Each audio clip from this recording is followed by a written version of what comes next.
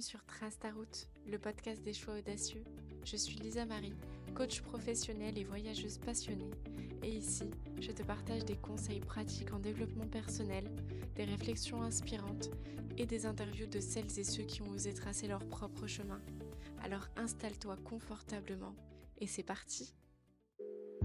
Bonjour à tous, je suis ravie de vous retrouver pour ce nouvel épisode de la Love Série. La question de cet épisode: peut-on désirer quelqu'un qu'on connaît par cœur? C'est une vraie question, non? Parce qu'au début de la relation, le désir il est partout. Il est dans les regards, dans l'inconnu, dans l'excitation de la découverte. Mais que devient ce feu quand on connaît quelqu'un par cœur? Quand on a partagé les mêmes draps, les mêmes disputes, les mêmes lessives du dimanche soir? Est-ce qu'on peut encore avoir envie profondément de quelqu'un avec qui on a construit une routine, un foyer, une histoire?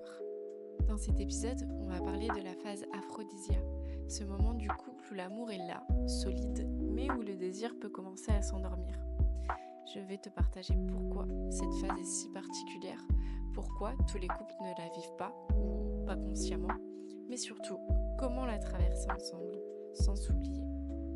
Nous, les humains, on est un petit peu paradoxal, car dans un couple solide, on attend de l'autre qu'il soit à la fois notre meilleur ami, qui vient combler un besoin de sécurité pour le coup, et notre partenaire érotique, un peu plus combler le besoin de piment. Sauf que ces besoins sont contraires. L'amour a besoin de tout savoir de l'autre, et le désir a besoin de mystère. Autrement dit, plus on fusionne dans la confiance, plus il faut cultiver la nouveauté et la distance affective pour relancer l'attirance. Et donc, aujourd'hui, on plonge dans cette phase du couple un peu à part, moins connue, moins théorisée, mais pourtant essentielle pour redonner de l'élan à la relation. Aphrodisia est différente d'Eros ou de Philia. D'abord, parce que tous les couples ne la traversent pas et d'autres la traversent inconsciemment. Ensuite, parce qu'elle est plus récente dans la façon dont on pense l'amour. Elle vient souvent d'approches modernes, comme la sexothérapie ou certaines pratiques psychocorporelles. Aphrodisia, c'est ce moment où tu aimes toujours autant ton ou ta partenaire, mais il manque quelque chose. La flamme du début s'est estompée et tu te demandes comment retrouver du désir quand tout est devenu connu, presque routinier. Mais avant de répondre à cette question, j'aimerais juste te partager pourquoi certains couples ne vivent pas cette phase. Et tu peux te reconnaître ici. La première raison est que beaucoup s'arrêtent à Philia. La complicité est là, les routines sont bien installées. Parfois, il y a même des enfants, une forme de confort. Et sans s'en rendre compte, le désir s'endort doucement.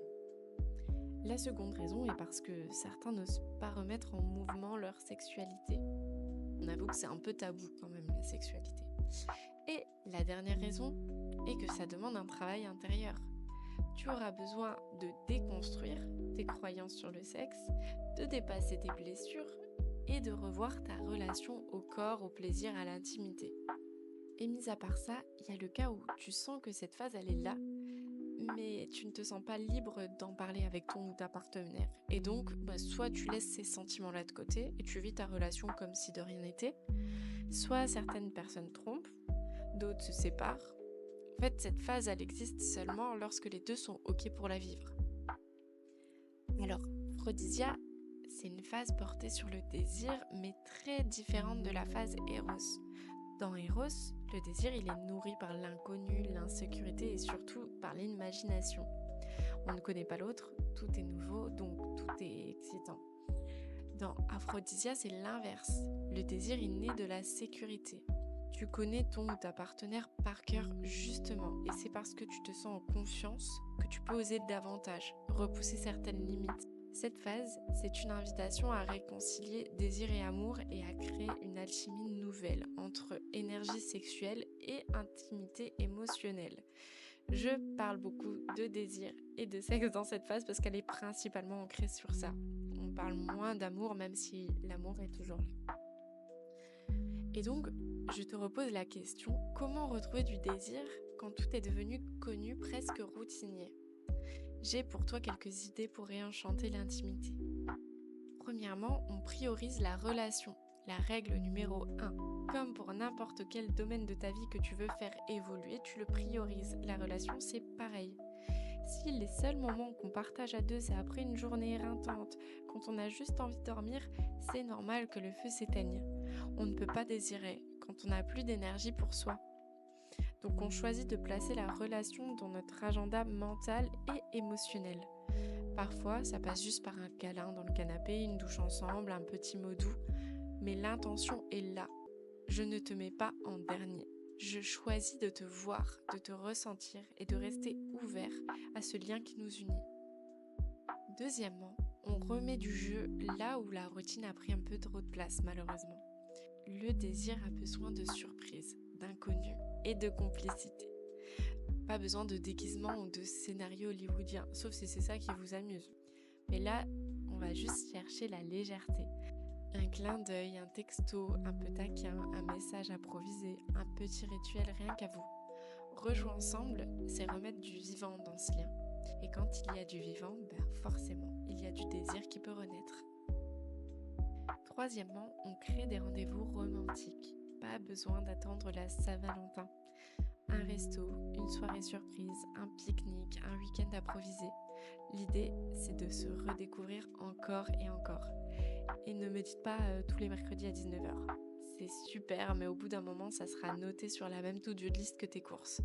On évite les dates butoirs, on évite les programmes fixes. Quatrièmement, on explore nos désirs. Souvent, on n'ose pas dire ce qu'on aimerait vivre, par peur de ne pas être compris ou comprise, par peur de blesser ou même d'être jugé. Mais le désir s'éteint lorsqu'il ne peut plus s'exprimer. Alors on crée un espace de confiance où l'on peut parler de ses élans, de ses fantasmes, de ce qui nous intrigue. Pas pour tout faire, mais pour tout entendre, pour se sentir connecté. Et parfois c'est dans les confidences que naît une nouvelle curiosité à deux. Cinquièmement, on se repartage notre carte érotique. On en a déjà parlé dans un des épisodes précédents et je pense que c'était dans Eros. Mais là on repartage celle qui indique ce qui nous touche, ce qui nous donne envie. Elle évolue avec le temps. Ce qui t'électrisait il y a 5 ans n'est peut-être plus la même chose aujourd'hui et c'est ok. Alors on recommence à s'explorer, pas juste par des gestes mécaniques, mais en prenant le temps de se le partager, de se regarder, de s'embrasser autrement, de se redécouvrir. Avec présence, avec douceur, on va créer des moments de complicité, sans forcément chercher à aller plus loin, juste à se reconnecter. Sixièmement, on prend soin de soi pour rester ouverte à l'élan. Parce que tout ne se fait pas à deux. Si je n'écoute pas mon corps, si je suis tout le temps fatiguée, si je suis toujours en action, je n'ai pas d'espace intérieur pour accueillir du désir. Alors on ralentit, on dort, on bouge, on respire et surtout on ne se juge pas, ni soi ni l'autre. Parce que le désir a besoin de sécurité pour s'exprimer.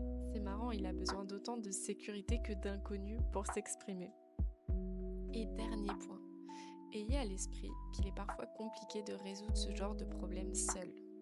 Avec ce podcast, je vous invite à prendre conscience de vos schémas, peut-être à mettre toutes ces petites choses en place que je vous partage, mais souvent, un travail avec un professionnel est nécessaire. Donc si besoin, on en discute dans le couple et on va se faire aider. Et enfin, pour vivre tous ces points sainement, vous aurez besoin de, premièrement, fixer un cadre. Plus ce cadre est clair, plus vous vous sentirez libre d'explorer un tas de choses.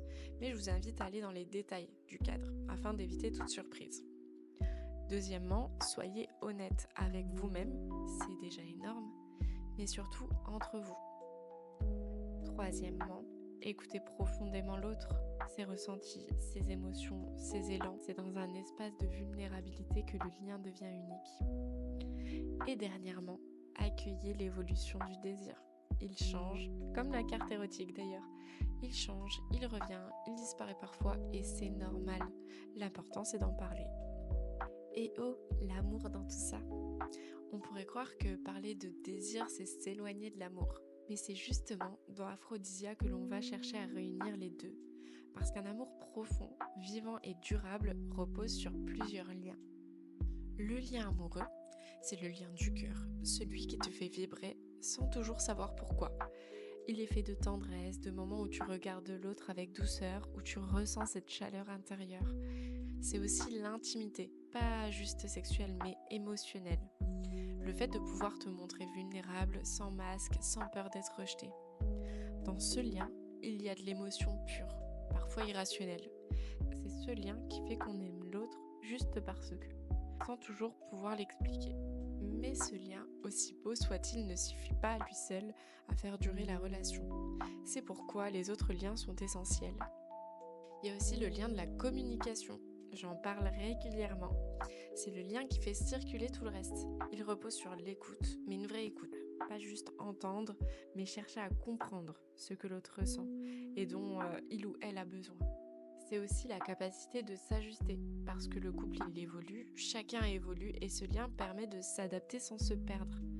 C'est aussi ce souci dans les couples, lorsqu'on connaît quelqu'un depuis des années, on a tendance à moins voir les changements et l'évolution de l'autre. Dans la communication, c'est ici que les non-dits peuvent être transformés en dialogue, où les tensions deviennent des ponts vers une meilleure compréhension. Sans communication fluide, les malentendus s'accumulent et même les plus belles connexions finissent par se figer. Ajoute à ça le lien de la complicité. C'est le lien qui rend la relation vivante, légère et joyeuse. Il naît dans les rires, dans les délires à deux, dans ces blagues que personne d'autre peut comprendre sauf vous. Mais il naît aussi dans les galères. Tu sais, dans ces moments où vous vous serrez les coudes, où vous traversez quelque chose de fort ensemble, où vous vous soutenez dans l'adversité. C'est une forme d'alliance au quotidien, du genre on est dans la même team. Ce lien nourrit l'envie de passer du temps ensemble sans forcément qu'il se passe quelque chose d'extraordinaire. Et le dernier lien, c'est le lien de l'engagement. C'est le lien du temps long. C'est celui qui dit « je choisis de construire quelque chose avec toi ». Dans ce lien, on ne parle pas forcément de fidélité, mais de projet commun, d'intention. C'est la sécurité que ça crée de savoir que l'on va dans la même direction, même si le chemin n'est pas toujours fluide. C'est ce lien qui permet de traverser les tempêtes sans que tout s'écroule, parce qu'on a une vision, un fil rouge. Il repose sur des choix répétés, sur le fait de se réengager régulièrement, consciemment, l'un envers l'autre.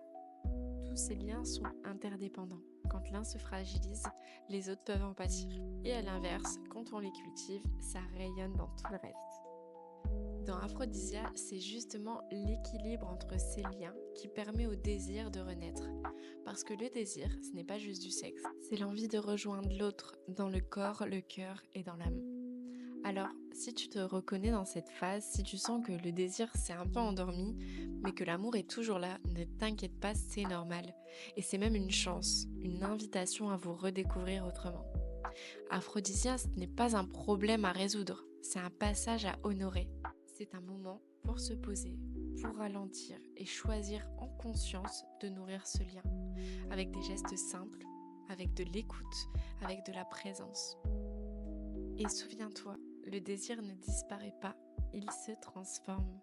Il se cache parfois derrière la fatigue, derrière les habitudes ou les silences, mais il est toujours là quelque part. Il attend juste qu'on le regarde à nouveau avec curiosité et tendresse. Merci d'avoir pris ce moment avec moi, prends soin de ton lien et surtout prends soin de toi. À très vite dans le prochain épisode de la Love Série.